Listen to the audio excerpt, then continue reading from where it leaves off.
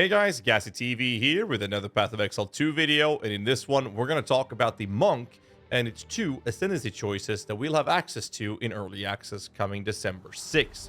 Very excited for this class. Actually has some really cool choices that we're going to deep dive a little bit with the nodes that has been revealed. Now do keep in mind, since we don't have all the information, it is impossible to say how good this class will actually be or its ascendancy choices, and we have no idea what kind of builds we can make until we actually play it. So we're just going to go through what has been revealed. I'll give you guys some of my takes on it and move from there. But before we dive into this video, I want to point out that we are this close to 100,000 subscribers, at which point YouTube will send me a play button. So I would very much appreciate if you hit the like button, subscribe for more content, and leave a comment down below what you guys think about the Monk class and its ascendancy choices. But let's not waste your time, let's crack into the video. Before we dive into the ascendancies themselves, it's important to point out that the information that we have on the class, as well as the playtesting that a lot of us content creators have done in the past year with the class, gives us a pretty good insight for what to expect. Now, the Monk class itself has been portrayed as a very fast-paced, agile martial arts combatant, and is also said to not be a very tanky class to play. Relying on its high mobile playstyle is the way to stay alive, essentially. And that said, the ascendancy nodes revealed has shown some pretty interesting mechanics that we could play with, and some even referencing to some theoretically super tanky approaches, which kind of counteracts the idea that Jonathan Rogers said in our interview that it was supposed to be a little squishier. Most people had a lot of deaths on that class compared to the others. But let's start with the Monk Ascendancy Invoker. In here, we have quite a few options, starting with Faith is a Choice, which grants you the skill Meditate. Now again, skills granted by ascendancy choices are going to be skills that we can 6-link in our skills section. What this does is a channeling ability that doubles your energy shield, which is quite interesting, but I'm not sure how well that would work unless you have other type of modifiers or scalars that would play in favor of you having double energy shield. But it seems a bit odd to have an ability that you have to channel to double your energy shield. But we'll see once we play this in December. Second note here on the left side of the skill tree for the ascendancy is I am the Blizzard. Gain 10% of damage as extra cold damage. And on freezing enemies, create chilled ground. Now, it's very interesting note, since in PoE 1, most of the modifiers that says gain X% of damage always refers to either X% elemental damage or an elemental specific damage or physical damage gained as extra Y damage. In this node, it's basically saying that we're getting 10% of all your damage, no matter what kind of damage it is added as extra cold damage. There's a similar node on the opposite side of this called I am the Thunder. Seemingly, you're able to take both of these nodes, by the way. And this one says the same thing, but gets 10% of damage as extra lightning damage instead. And also provides the 25% chance on shocking an enemy to create shocked ground. The fourth node, connecting to both I am the Blizzard and I am the Thunder, is called And I Shall Rage. This grants you the skill Unbound Avatar, which again can be 6-linked. This ability gets you a ramping stacking buff of increasing your efficiency in combat as you're playing the game and are killing enemies. There wasn't not much more said about the Unbound Avatar, so it'll be very interesting to see what kind of mixture we can do with these nodes alone. The last node we were shown in the reveal is a connecting node requiring 4 ascendancy points on the very south part of the ascendancy. We don't know the node before this, but what this node is doing is basically giving you elemental expression, which triggers elemental expression on melee crit.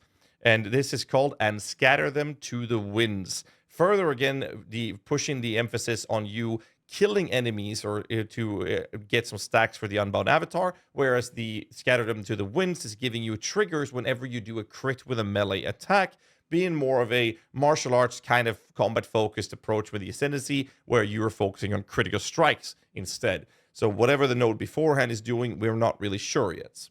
And that's basically the information we have on the Invoker. Now we're going to move over to the other class, which I think a lot of us have literally fallen in love with, and that is the Acolyte of Chayula. Now, the Acolyte chayula is very interesting, and seemingly, at first glance, a very overpowered ascendancy if you come into this game having the perspective of things working like they do in Path of Exile 1. Very important to point out that things will be different in PoE 2. Therefore, at first glance, this looks insanely overpowered, but it might not be, but we'll have to see as we get to play this. The first node is a 2-point connector called Chayula's Gift. It gives you plus 10% to maximum chaos resistance and doubles your chaos resistance as well, which is an extremely valuable stat to have in Path of Exile 1. The other node shown is a connecting point to two different ascendancy nodes, starting with Ravenous Doubts, which makes it so that mana leeching that you get is instant, which is also an incredibly strong modifier for Path of Exile 1. The topic of leech has been on blast, really, in PoE 2 from a lot of different angles, because we don't know how effective this will be, because leeching in PoE 1 is incredibly strong, whereas leeching in PoE 2 might not actually result in it being as overpowered as it is with this type of modifier in PoE 2. Time will tell. This node then connects to a third one called Consuming Questions. Consuming Questions makes it so that you cannot recharge Energy Shield. And what recharging Energy Shield means is that if you haven't taken damage for X amount of seconds, in PoE 1 that is referring to 4 seconds, your Energy Shield will then very quickly ramp up back to maximum Energy Shield. This node will prevent that mechanic entirely from happening, but what it does is that the mana leech that you do also affects recovering Energy Shield. This means that the Ravenous Doubts and Consuming Questions will allow you to insta-leech mana and also insta-leech Energy Shield. Therefore, if you're playing something like a full Energy Shield focused character, you don't have to worry about Life Leech because these things will apply to this as long as you have a source of Mana Leech. Another node is a 2-point connected to the south corner of the Ascendancy node. We don't know the connecting node after this, but this is this Ascendancy is called Waking Dream, and it grants you the skill Into the Breach, furthering the idea of you diving into this chayula fanboying, if you will. It's just an acolyte of chayula, just doubling down on this approach. I believe the Into the Breach was that when you kill enemies, you spawn shards and whatnot that gave you resources back. And it's actually very cool to see, but we don't know what the following node is doing. So without that information, it didn't seem like that much of an attractive ascendancy node. On the southern part, on the right-hand side of the Ascendancy, however, we have Embrace the Darkness. Now, it was a question mark in this because it wasn't very clear whether or not this is going to be on any of the other slots as we've seen on the Ascendancy node, or if this is actually accurately placed according to this image. What it does, it removes all your spirit. Now, your spirit is the resource you use to reserve auras and also reserve for your minions and or buffs. So this will remove all of that. And then give you darkness instead.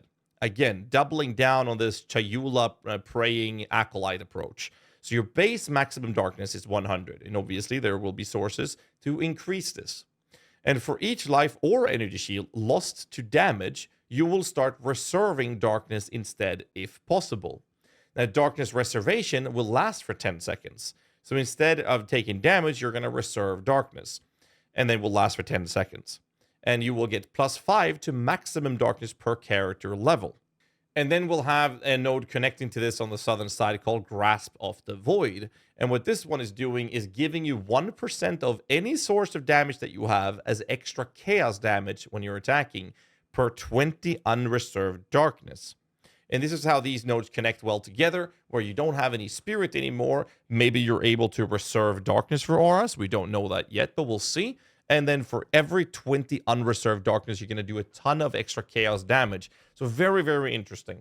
But one of the cool things about this Ascendancy, as I mentioned earlier in this video, was how the class has been portrayed to be a squishy, fast-acting, agile martial arts combatant. But again, not very tanky. It's going to be a bit squishy is what we've been told. But what this Ascendancy is showing us is the possibility of things like Chaos Inoculation Keystone, which is giving you the modifier of dragging your maximum life down to 1, but you become entirely immune to chaos damage. And what this is doing is allowing you to focus on having a full energy shield build, whilst being immune to chaos damage. This can also be combined with things like Eldritch Battery, which makes it so that your mana cost is completely voided, and instead of spending mana for your abilities, you'll be spending Energy Shield if you have Energy Shield. And now your Energy Shield will also protect your mana pool, or darkness in this case, instead of your life pool.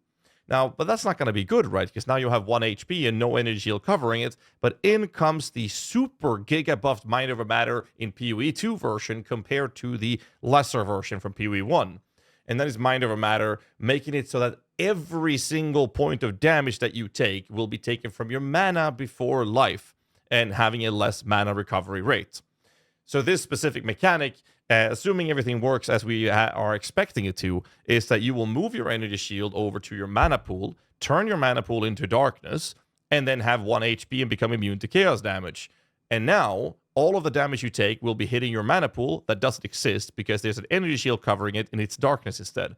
So you should be taking the damage to your energy shield pool, which you are using to cast or pay for the sources of your actual abilities, and then you're also instantly leeching that at the same time, potentially creating a very tanky and effective combat playstyle.